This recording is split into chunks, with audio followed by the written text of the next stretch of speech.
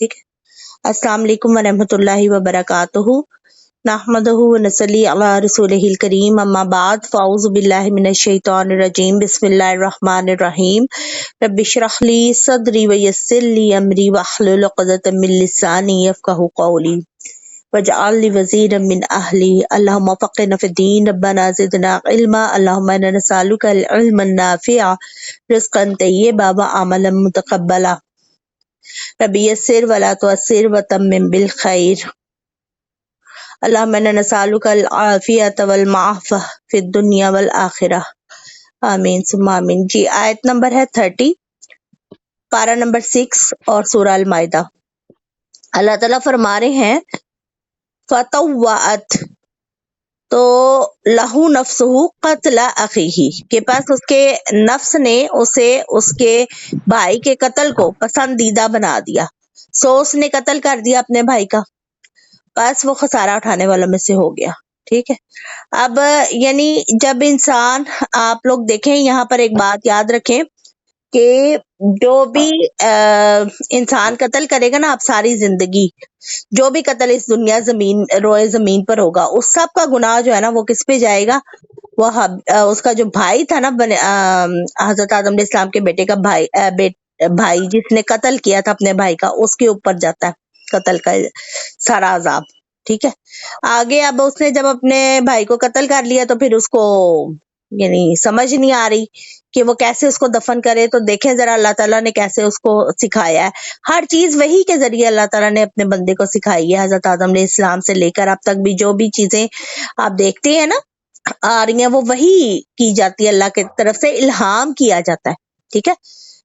کشتی بھی پہلے اس زمانے میں یعنی پورے روئے زمین پر کوئی نہیں تھی. حضرت نوح علیہ السلام جو تھے، انہوں نے اللہ تعالیٰ نے ان کو وحی کی. جبرائیل علیہ السلام نے کشتی بنانا سیکھی تو پھر وہ ان کو کشتی بنانا آئی. اسی طرح سے اس کو اپنا بھائی نہیں آ رہا تھا کہ اس کی لاش کو میں کیسے چھپاؤں. تو اللہ تعالیٰ فرما رہے فَبَعَثَ اللَّهُ غُرَابًا يَبْحَثُ فِي الْأَرْضِ، کہ اللہ تعالیٰ کہتے ہیں پھر اللہ نے ایک کوا بھیجا جو زمین کو ریدتا تھا. ریدتا کا مطلب آپ کو پتا ہے نا، کھودنا، تاکہ اسے دکھائے کہ وہ اپنے بھائی کی لاش کو کیسے چھپائے گا. کیفا، کیسے، یواری، چھپائے گا، ساعت، لاش، اخیہ، اپنے بھائی کی. تو آگے سے اللہ تعالیٰ کہتے ہیں پھر اس کے بعد جو وہ جس نے قتل کیا تھا اس کے الفاظ کیا تھے؟ قالا، کہا اس نے، یا ویلتا، کہ ہائے میری بربادی، عجز تو، کہ میں کتنا عاجز ہوں، مجھے تو یہ بھی نہیں پتا، انکونا، کہ میں ہوا ہی نہیں، مثل حاضل غراب، یعنی اس کوے کی طرح کا. فاواریا، جس نے یعنی کہ میں اس کوے کی طرح بھی نہیں ہوں، یا میں اتنا ناقص العقل ہوں کہ کوے نے کیسے کھود کے زمین جو ہے وہ لاش اپنے بھائی کی چھپائی ہے، مجھے تو وہ بھی نہیں آتا. فاصبح من النادمین، سو وہ پشیمانوں میں سے ہو گیا. اب یہ کیا، یعنی اب اس کی نقل میں یہ آیا ہے کہ کوے نے زمین کھود کرنا دوسرے کوے کو دفن کیا ہے، تو اس نے کوے کی خیر خواہی دوسرے کوے کے لیے دیکھی تو اپنے فعل پر وہ پشیمان ہو گیا. ٹھیک ہے. تو اس سے یہ قرآن کے الفاظ سے یہ چیز معلوم ہوتی ہے کہ جب اس نے کوے کو اپنی چونچ سے زمین کھودتے دیکھا ہے نا، تو اسے بھی سمجھ آ گئی کہ مجھے اپنی بھائی کی اگر لاش کو چھپانا ہے نا تو پھر مجھے اسے دفن کر دینا چاہیے. ٹھیک. اللہ تعالیٰ آگے فرماتے ہیں من اجلی ذالک، تو اسی وجہ سے ہم نے کتبنا علی بنی اسرائیل، ہم نے لکھ دیا اسرائیل پر، یعنی بنی اسرائیل پر، کہ بے شک حقیقت یہ ہے کہ جس نے ایک جان کو کسی جان کے بدلے بغیر کسی وجہ کے قتل کیا، یا زمین میں فساد کے بغیر قتل کیا، تو گویا اس نے تمام انسانوں کو قتل کیا. اور جس نے اسے زندگی بخشی تو گویا اس نے تمام انسانوں کو زندگی بخشی، اور بلا شبہ ان کے پاس ہمارے رسول واضح دلائل لے کر آئے. پھر بے شک ان میں سے بہت سے لوگ اس کے بعد بھی یقیناً زمین میں حد سے بڑھنے والے تھے. اب یہ دیکھیں کہ یہ جو آیت ہے نا، اس کا حکم جو ہے نا وہ صرف بنی اسرائیل کے لیے نہیں ہے بلکہ سب لوگوں کے لیے ہے، کیونکہ بنی اسرائیل کے خون دوسرے مسلمانوں سے زیادہ بہتر تو نہیں تھے نا. یعنی اگر کوئی ایک انسان کو یا ایک جان کو قتل کرے گا بغیر کسی وجہ کے، ناحق قتل کرے گا، یعنی اس کو قتل کرنے کا کوئی کسی قسم کی وجوہ موجود نہیں ہے. یعنی قتل کے ایک تو ہوتا ہے نا قتل کے بدلے قتل، یا اس طرح سے جو بھی اللہ تعالیٰ نے کنڈیشنز بتائی ہیں قتل کی جو شریعت میں معلوم ہوتی ہیں، جیسے جادوگر واجب القتل ہے. تو اگر بغیر کسی وجہ کے، بغیر کسی گناہ کے اگر کوئی کسی کا قتل کرے گا تو اٹس مین کہ اس نے پوری انسانیت کو قتل کیا. اور اگر کوئی ایک مرنے والے کو بچا لے گا، اس کا ذکر بھی اللہ تعالیٰ اسی آیت میں آگے کر رہے ہیں، وَمَنْ أَحْيَاهَا فَكَأَنَّمَا أَحْيَا النَّاسَ جَمِيعًا. تو جس نے زندگی بخشی کسی ایک انسان کو تو گویا اس نے تمام انسانوں کو زندگی بخشی. اور بلا شبہ ان کے پاس اللہ تعالیٰ کہتا ہے کہ واضح رسول ہدایات لے کر آئے تھے، ٹھیک. لیکن اس کے باوجود کئی لوگ ہیں جو بغاوت کرتے رہے اور زمین پر فساد کرتے رہتے ہیں.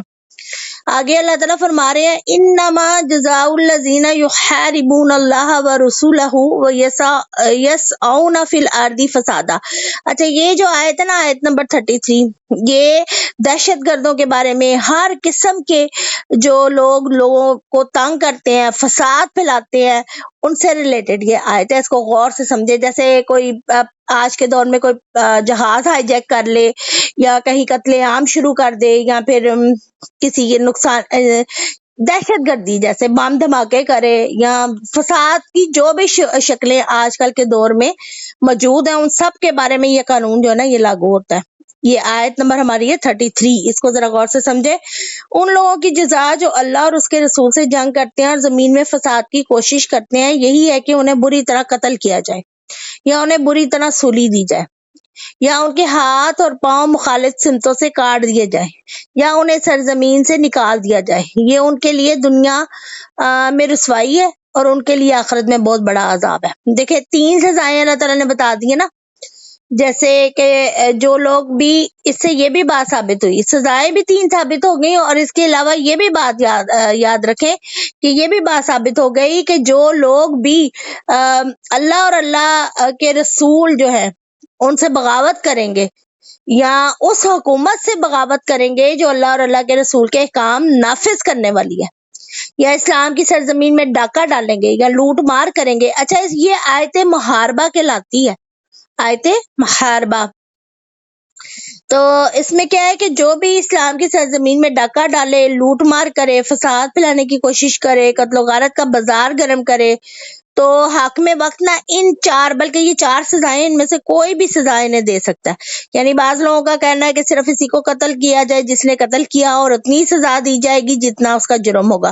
مگر آیت کے یہ الفاظ جو ہے نا اس کی موافقت نہیں کرتے، بلکہ ان لوگوں کا حکم جو حربیوں میں سے، جو جنگ کرنے والوں میں سے، اس میں حاکم وقت ان سزاؤں میں سے جو چاہے سزا دے سکتا ہے، اور اس میں چاہے مشرک ہو، چاہے یہودی ہو یا باغی ہو، ٹھیک. اکثر اب اس میں کیا تھی کہ آپ سزائیں کیا تھی، یہ آپ نے جو پڑھی ہیں ان میں یہ ہے کہ یا تو انہیں قتل کیا جائے، یا ان کو قتل کر کے سولی پہ لٹکا دیا جائے، یا سولی کی سزا دے دی جائے، یا پھر ان کے ہاتھ پاؤں مخالف سمت سے کاٹے جائیں. اس میں بھی ایک حکمت ہے. اللہ تعالیٰ نے یعنی یہ نہیں کہا کہ دونوں سائڈ کے ہاتھ پاؤں کاٹ دو، بندہ امبیلنس ہو جائے اور پھر وہ دوسروں کے لیے ہی بن جائے مصیبت.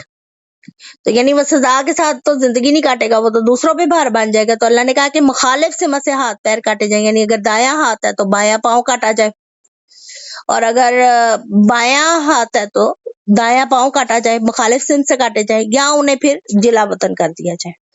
اچھا، اس میں بعض مفسرین کے نزدیک جو ہے نا یہ آیت عقل اور قرینہ کے ان لوگوں کے بارے میں نازل ہوئی تھی جن کا قصہ انس جو ہے رضی اللہ تعالیٰ عنہ نے یوں بیان کیا ہے کہ یہ لوگ مسلمان ہو کر مدینہ آئے تھے، مگر ان کو آب و ہوا وہاں کی موافق نہ آئی اور بیمار ہو گئے. تو آپ صلی اللہ علیہ وآلہ وسلم نے انہیں مدینہ سے باہر صدقہ کے اونٹوں میں رہنے کا حکم دیا، اور ان کو معدے کی کوئی بیماری تھی تو ان کے لیے آپ صلی اللہ علیہ وسلم نے ان کو کہا کہ اونٹ جو ہے اس کا دودھ اور پیشاب ملا کر پیئے. یہ لوگ وہاں سے چلے گئے، تندرست ہو گئے، اور پھر جب وہ تندرست ہو گئے اور اس بیماری سے ان کا یعنی کہ علاج ہو گیا تو پھر وہ اسلام سے پھر گئے. اور جو چرواہا تھا نا جو آپ صلی اللہ علیہ وسلم ان کے ساتھ بھیجا تھا، یہ سار نوبی، اس کو قتل کر کے نا اونٹ ہاک کر لے گئے، اونٹ ڈاکہ ڈال کے لے گئے. تو پھر آپ صلی اللہ علیہ وسلم نے ان کے تعاقب میں نا سوار بھیجے تھے کہ انہیں پکڑ کر مدینہ لے آئیں، اور آپ نے حکم دیا کہ ان کے ہاتھ پاؤں کاٹے جائیں اور ان کی آنکھوں کی میں لوہے کی گرم سلائیاں پھیری جائیں، پھر انہیں دھوپ میں پھینک دیا جائے یہاں تک یہ سب مر گئے. ٹھیک ہے. تو روایت ہے کہ آپ صلی اللہ علیہ وسلم نے سلائیاں پھیرنے کا حکم اس لیے دیا تھا کہ انہوں نے چرواہے کے ساتھ بہت برا سلوک کیا تھا. تو یہ مسلم کی حدیث ہے جو میں آپ کو بیان کر رہی ہوں. جو پہلا حصہ ہے وہ بخاری کا الجہاد سے ہے، اور یہ جو دوسرا حصہ میں نے بیان کیا ہے یہ الفاظ کے ساتھ مسلم میں اس کا اضافہ ہے. ٹھیک ہے. اب آگے اللہ تعالیٰ کی آپ کو پتا ہے کہ ذات غفور الرحیم ہے. اللہ کہتا ہے الا الذین تابوا من قبلی، مگر جو لوگ اس سے پہلے توبہ کر لیں کہ تم ان پر قابو پاؤ تو بے شک اللہ تعالیٰ جو ہے بخشنے والا اور نہایت مہربان ہے. اگلی آیت میں اللہ تعالیٰ فرما رہے ہیں یا ایھا الذین آمنوا اتقوا اللہ وابتغوا الیہ وسیلہ وجاہدوا فی سبیلہ لعلکم تفلحون، کہ اے لوگوں جو ایمان لائے ہو اللہ سے ڈرو اور اس کا قرب تلاش کرو اور اس کے راستے میں جہاد کرو تاکہ تم کامیاب ہو جاؤ. اللہ تعالیٰ یہاں پر کہہ رہے ہیں کہ جو بھی اللہ کی اطاعت اور رسول کی اطاعت میں جو نیکی کرو وہ اللہ تعالیٰ قبول کرتا ہے، کیونکہ اللہ کے قرب کے حصول کے لیے صرف آپ صلی اللہ علیہ وآلہ وسلم کی اطاعت کے سوا کوئی اور وسیلہ ہی نہیں ہے، اور بغیر اس کے کوئی بھی عمل جو آپ صلی اللہ علیہ وسلم سے ثابت نہیں ہے وہ اگر کیا جائے گا تو پھر وہ قبول نہیں ہے. ٹھیک ہے. اصل لفظ یہ کہ اللہ کا قرب حاصل کرنے کے لیے اللہ تعالیٰ کے قریب ہونے میں اللہ تعالیٰ نے تقوی کا حکم دیا ہے. ٹھیک ہے. آمنوا اتقوا اللہ، یعنی اللہ سے تقوی اختیار کرو. علیہ وسیلہ اگر تم اس کا قرب چاہتے ہو تقوی اختیار کرو. اور تقوی کس میں ہے؟ تقوی ہے آپ صلی اللہ علیہ وسلم اور اللہ کی اطاعت میں، جن میں کوئی بھی فرق نہیں ہے. اب ہمارے یہاں کیا ہے کہ ہمارے یہاں ہم وسیلہ کیسے اختیار کرتے ہیں؟ مردوں کا نام لے کے یا مزاروں پہ جا کے، جو آج بھی اس وقت اس دن بھی جو معاملہ لاہور میں چل رہا ہے جو کہ دین کے عین مطابق نہیں ہے. تو ہر وہ چیز جو آپ صلی اللہ علیہ وسلم سے ثابت نہیں ہے، قرآن میں اس کا کوئی حکم نہیں ہے، تو پھر وہ کیسے دین کا حصہ ہو سکتی ہے؟ تو اللہ تعالیٰ ہمیں معاف کرے. اب اس میں ایک اور بات ہے کہ وسیلہ جو ہے آپ صلی اللہ علیہ وسلم کو بھی یعنی وسیلہ مقام محمود کی صورت میں دیا جائے گا. اب قرآن و سنت سے وہ ثابت ہے. وسیلہ ایک مقام کا نام ہے، اس میں بھی قرب کا معنی ہے. عمر بن عاص جو ہے وہ بیان کرتے ہیں کہ انہوں نے رسول اللہ صلی اللہ علیہ وسلم سے سنا جب تم مؤذن کو سنو تو اسی طرح کو جس طرح وہ کہتا ہے، یعنی اذان جیسے سنو ویسے ہی اس کا جواب دو، پھر مجھ پر درود بھیجو. یعنی اذان سننے کے بعد جو اذان کا جواب مسنون ثابت ہے وہ اس کا جواب دو اذان کا، پھر درود بھیجو آپ صلی اللہ علیہ وسلم پر. جس نے مجھ پر ایک بار درود پڑھا اللہ اس پر 10 بار رحمت نازل فرمائے گا. پھر اللہ تعالیٰ کے نبی صلی اللہ علیہ وسلم نے کہا کہ میرے لیے وسیلے کی دعا کرو، اور وسیلہ جنت کا وہ مقام ہے جو اللہ کے بندوں میں سے صرف ایک کو نصیب ہوگا، اور مجھے امید ہے کہ وہ بندہ میں ہوں گا. لہذا جس نے میرے لیے وسیلے کی دعا کی تو اس کے لیے شفاعت جو ہے وہ واجب ہو جائے گی. یہ مسلم کی حدیث ہے. یعنی اللہ کا قرب جو ہے، اللہ کا وسیلہ اتنی بڑی نعمت ہے کہ جو شخص اللہ تعالیٰ کے جتنا قریب ہوگا اس سے مزید قرب کی جتنی کوشش کرتا رہے گا اللہ تعالیٰ اس کو عطا فرمائیں گے. اللہ تعالیٰ ہم سب کو اپنا قرب عطا فرمائے. اور پھر ہے لعلکم تفلحون، کہ یہود کو بڑا اپنے نسب پر جو تھا نا فخر تھا، اور اس خوش فہمی میں وہ بڑا ہی نا جرائم کا ارتکاب کرتے رہتے تھے اور اپنے آپ کو اللہ کا محبوب سمجھتے تھے. جیسے کہ پچھلی آیات میں آپ نے پڑھا بھی نا کہ ہم تو اللہ کے پیارے ہیں، اللہ کے بیٹے ہیں. تو اب یہاں پر اس آیت میں مسلمانوں کو یہ تعلیم دی گئی ہے کہ تم سب سے بہتر امت ہو، سب سے افضل امت ہو، اور تمہارا نبی بھی صلی اللہ علیہ وسلم سب سے افضل ہے، مگر تمہیں چاہیے کہ نیک اعمال کے ذریعے اللہ کا قرب حاصل کرو اور اللہ تعالیٰ کی راہ میں جہاد کرو تاکہ فلاح بھی پا سکو، یعنی یہود کی طرح بدعمل نہ بنو۔ اس سے پہلے آپ نے جہاد کا ٹاپک پڑھنا نا، جس میں یہود نے کہہ دیا تھا کہ تم اور تمہارا نبی جا کر لڑو، یعنی لوگوں نے کہا تھا کہ تم اور تمہارا اللہ جا کر لڑو اعظم موسیٰ علیہ السلام سے۔ تو پھر یہاں پر جہاد کی تلقین کی جا رہی ہے مسلمانوں کو، اور جہاد جو ہے وہ جہد سے نکلا ہے، اور میں نے آپ کو بتایا تھا کہ جو بھی شخص یہاں بھی ہے وہ یہ نیت رکھے کہ وہ ہمیشہ باطل کے خلاف کوشش کرتا رہے گا، کسی بھی صورت میں وہ کر سکتا ہے، تو وہ جہد میں کوشش جو ہے وہ پھر جہاد میں شامل ہوگی اس کی۔ وہ جیسے اگر آپ کسی بھی برائی کا خاتمہ چاہتے ہیں، اپنی ذات سے ہی آپ ہجرت کرتے ہیں گناہوں سے، یا خلاف جد و جہد کرتے ہیں گناہوں کے کہ میں نے یہ گناہ نہیں کرنا، اپنے نفس کو قابو کرنے کے لیے کہ وہ اللہ اور اللہ کے رسول صلی اللہ علیہ وسلم کا مطیع ہو جائے، تو پھر وہ سب کیا ہے، جہاد میں شامل ہوگا۔ اور اگر زندگی میں موقع ملے تو جہاد بالقتل بھی کریں۔ اللہ تعالی ہم سب پر رحم کرے، آسانیاں دے، اور صحیح معنوں میں جہاد کا جو مطلب ہے اس کو سمجھنے کی توفیق عطا فرمائے۔ ان الذین کافروا، اور جن لوگوں نے کفر کیا، لو ان لہم ما فی الارض جميعا، تو ان کے لیے سب کچھ ہے جو زمین میں، یعنی جو کچھ ہے وہ سب کا سب، اور اس کے ساتھ اتنا اور بھی اگر ان کے پاس ہو۔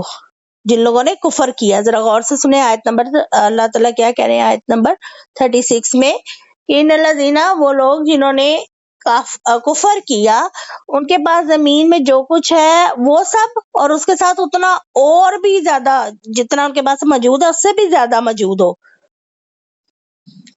تاکہ وہ اس کے ساتھ قیامت کے دن کے عذاب سے فدیہ دے جائیں تو ان سے قبول نہیں کیا جائے گا، اور ان کے لیے دردناک عذاب ہے۔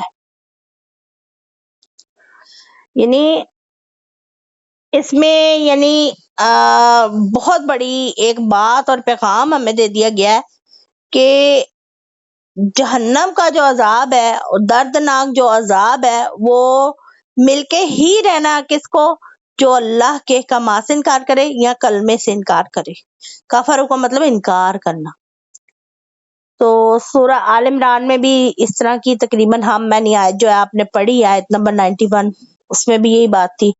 تو حضرت انس رضی اللہ تعالیٰ عنہ سے روایت ہے کہ نبی کریم صلی اللہ علیہ وسلم نے فرمایا، قیامت کے دن اللہ تعالیٰ اس شخص سے کہے گا جسے آگ والوں میں سب سے ہلکا عذاب دیا جائے گا نا، اس سے اللہ تعالیٰ کہے گا اگر زمین میں جو بھی چیز ہے تمہاری، کیا تم جان چھڑانے کے لیے وہ دے دو گے؟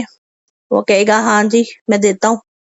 تو اللہ تعالیٰ فرمائے گا میں نے تم سے اس سے کہیں زیادہ آسان چیز کا مطالبہ کیا تھا جب تو آدم کی پشت میں تھا، کہ تم میرے ساتھ کسی کو شریک نہ بنانا، مگر تو نے میرے ساتھ شریک بنائے اور اس کے بغیر تو مانا ہی نہیں۔ یہ بخاری کی حدیث ہے۔ تو پیاری سسٹرز، کتنے یعنی سنبھل کے چلنے کا مقام ہے کہ انسان کے پاس دنیا مافیہ سب کچھ دینے کے لیے ہو اختیار، تو تب بھی آخرت کا عذاب جو ہے وہ نہیں ختم ہوگا۔ تو اللہ تعالیٰ ہمیں آگ کے عذاب سے بچائے۔ اللہم اجرنا من النار، اللہم اجرنا من النار، اللہم اجرنا من النار۔ اور اس کے ساتھ اللہ تعالیٰ سے یہ بھی دعا کرتے ہیں کہ اللہ تعالیٰ ہمیں ان لوگوں میں سے مت کرے۔ یریدون یخرجوا من النار، یہ آیت یعنی کہ کفار کے بارے میں اللہ تعالیٰ کہتا ہے وہ چاہیں گے کہ آگ سے نکل جائیں، حالانکہ وہ اسے ہرگز نکلنے والے نہیں، اور اس کے لیے ان کے لیے ہمیشہ رہنے والا عذاب ہے۔ یہ ان لوگوں کے لیے ہے کہ جن لوگوں نے کفر کیا ہے کس سے، کلمے سے۔ یہ آیت کفار کے بارے میں۔ گناہ گار مسلمان تو صحیح حدیث سے ثابت ہے کہ انہیں گناہ کی سزا بھگتنی پڑے گی، جہنم میں جائیں گے، وہ اپنے گناہوں کی سزا بھگتیں گے، لیکن بالآخر انہیں جہنم سے نکال لیا جائے گا۔ تو جنہوں نے ٹوٹلی انکار کر دیا اللہ کے کلمہ حق سے، تو ان کے لیے یہ ہے کہ وہ ہمیشہ کے عذاب میں رہنے والے ہیں۔ تو اللہ تعالیٰ مجھے اور آپ کو اس میں سے نہ کرے، نہ ہی ہماری نسلوں کو، نہ ہماری اولادوں کو، نہ ہی ہمارے زوج کو۔ اللہ تعالیٰ فرماتے ہیں اگلی آیت میں وَالسَّارِقُ وَالسَّارِقَاتُ، اب یہ چوری کرنے والوں کے بارے میں بات آ رہی ہے، اور جو چوری کرنے والا اور جو چوری کرنے والی ہے سو دونوں کے ہاتھ کاٹ دو۔ اس کی جزا کے لیے جو ان دونوں نے کمایا، اور اللہ کی طرف سے عبرت کے لیے، اور اللہ سب پر غالب اور کمال حکمت والا ہے۔ پہلی آیات جو تھی وہ محاربین کے بارے میں تھی، جو لوٹ مار کرتے ہیں، فساد پھیلاتے ہیں، ان کی سزائیں بیان ہوئی۔ اب اس آیت میں نا چوری کی حد، قانونی سزا بتائی جا رہی ہے کہ مرد ہو یا عورت ہو، ان کے ہاتھ کاٹ دیے جائیں گے۔ اور عائشہ رضی اللہ تعالیٰ عنہ فرماتی ہیں کہ رسول اللہ صلی اللہ علیہ وآلہ وسلم نے فرمایا چور کا ہاتھ نہ کاٹا جائے مگر دینار کے 1/4 یا زیادہ میں، یعنی جو دینار کا چوتھا حصہ، جو بھی مالیت ہے چیز کی، وہ اگر دینار کے چوتھائی حصے کے برابر بنتی ہے تو پھر اس کا ہاتھ کاٹنا ہے۔ اچھا، یہاں پر ایک بات یاد رکھیں کہ چور کو حاکم کے پاس لے جانے سے پہلے معاف کر سکتے ہیں، بعد میں نہیں کر سکتے، بعد میں پھر ہاتھ کٹے گا۔ عدالت میں جب مقدمہ چلا گیا، حاکم کے پاس چلا گیا، تو پھر حد جاری ہوگی۔ رسول اللہ صلی اللہ علیہ وسلم کے پاس ایک چور کو لایا گیا، اس نے چادر چرائی تھی، آپ صلی اللہ علیہ وسلم نے ہاتھ کاٹنے کا حکم دے دیا۔ تو چادر کے مالک جو تھے صفوان، انہوں نے کہا رضی اللہ تعالیٰ عنہ نے کہ اللہ کے رسول، میرا ارادہ نہیں کہ اس کا ہاتھ کٹواؤں، میری چادر اس پر صدقہ ہے۔ آپ صلی اللہ علیہ وسلم نے فرمایا تو نے اسے میرے پاس لانے سے پہلے کیوں نہیں یہ صدقہ کیا؟ یہ ابن ماجہ کی حدیث ہے۔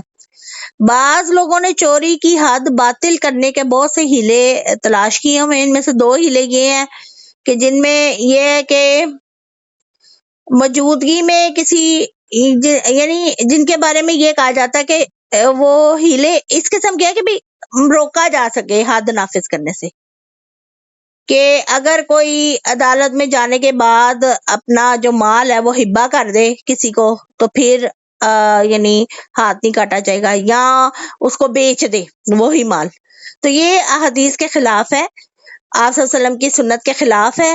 دوسرا یہ کہ اگر چور جو ہے اس کی شہادتوں کے ساتھ چوری کا جرم ثابت ہو جائے، اور چور تو یہ دعویٰ کرے کہ مال میرا ہی ہے، تو اس کا ہاتھ نہیں کاٹا جائے گا، خواہ وہ اپنی ملکیت کی کوئی دلیل نہ پیش کرے۔ سمجھ آ گئی؟ یعنی اس کے پاس ثبوت نہیں ہے لیکن وہ دعویٰ یہی کر رہا ہے کہ میرا مال ہے۔ اچھا، یہ بھی اس میں بھی جو ہے وہ یہ کہتے ہیں کہ ہاتھ نہیں کٹے گا، یہ 2 چیزیں ہو گئی ہیں، ٹھیک ہے۔ اور اس پر یعنی اتنا یعنی کہ بات یہ ہے کہ اگر ثبوت بھی مل گئے ہیں، گواہ بھی مل گئے ہیں، اور چور جو ہے وہ پھر بھی مالک ہونے کا دعویٰ کرے، تو پھر اس طرح تو یعنی کہ سارے ہی چور جو ہیں وہ دعویٰ یعنی کہ وہ تو یہی دعویٰ کریں گے کہ ہم ملکیت رکھتے ہیں کہ ہاتھ ہی نہ کٹے۔ اچھا، یہ بھی یاد رکھیں کہ اللہ تعالیٰ جو ہے نا حد مقرر کرتا ہے، جس معاشرے میں حد مقرر کی جاتی ہے نا، اس میں اللہ تعالیٰ کی طرف سے تقریباً 40 سال تک خیر و برکت رہتی ہے اس معاشرے پہ، جب اللہ کی ایک حد مقرر ہوتی ہے۔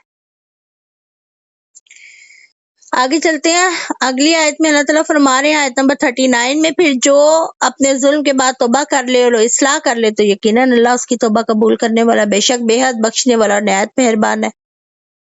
الم تعلم ان اللہ لہ ملک السماوات والارض، بے شک کیا تو نے نہیں جانا کہ بے شک اللہ کے پاس آسمان اور زمین کی بادشاہی ہے، آزاد دیتا ہے اللہ جسے چاہتا ہے اور بخش دیتا ہے جسے چاہتا ہے، اور اللہ ہر چیز پر پوری طرح قادر ہے۔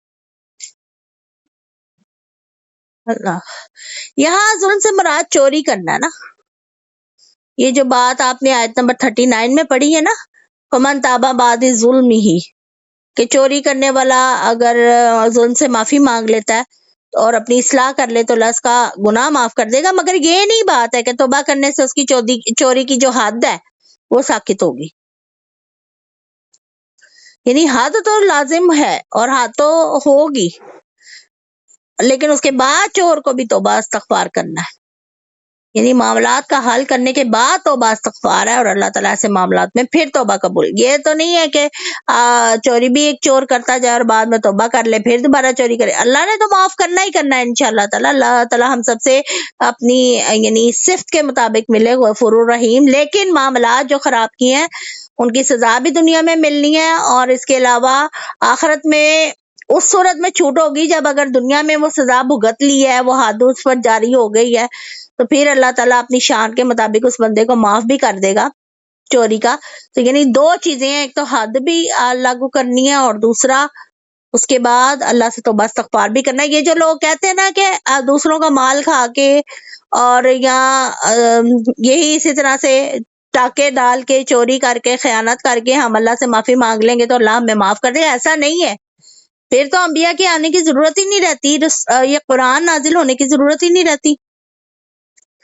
نازل اس لیے کیا گیا ہے کہ پیاری بہنوں اس پہ عمل کریں، اور پھر عمل کرنے کے بعد جو دنیا کے معاملات میں قوانین ہیں اسلامی اس کے مطابق چلیں اور سزائیں بھی ملیں ان لوگوں کو جو غلط کام کرتے ہیں، تاکہ معاشرے میں امن قائم اور ایک خوبصورت اسلامی معاشرے کی تصویر بنے، اور پھر اس کے بعد اللہ سے معافی بھی مانگی جائے۔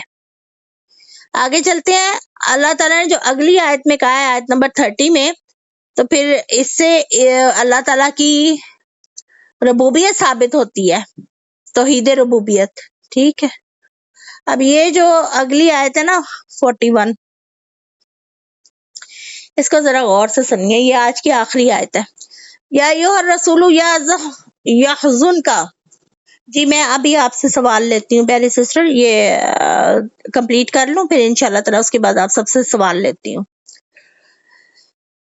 اے رسول تجھے وہ لوگ غمگین نہ کریں جو کفر میں دوڑ کر جاتے ہیں، ان لوگوں میں سے جنہوں نے اپنے منہ سے کہا ہم ایمان لائے، یعنی قالوا آمنا بافواہہم، یعنی انہوں نے اپنے منہ سے اس چیز کا اظہار کیا، کلمہ پڑھا ہے، ولم تؤمن قلوبہم، لیکن وہ ایمان ہی نہ لاتے دل سے۔ یہ کون لوگ ہیں جو دل سے ایمان نہیں لاتے اور منہ سے لے آتے ہیں؟ یہ منافقین ہے پیاری سسٹرز۔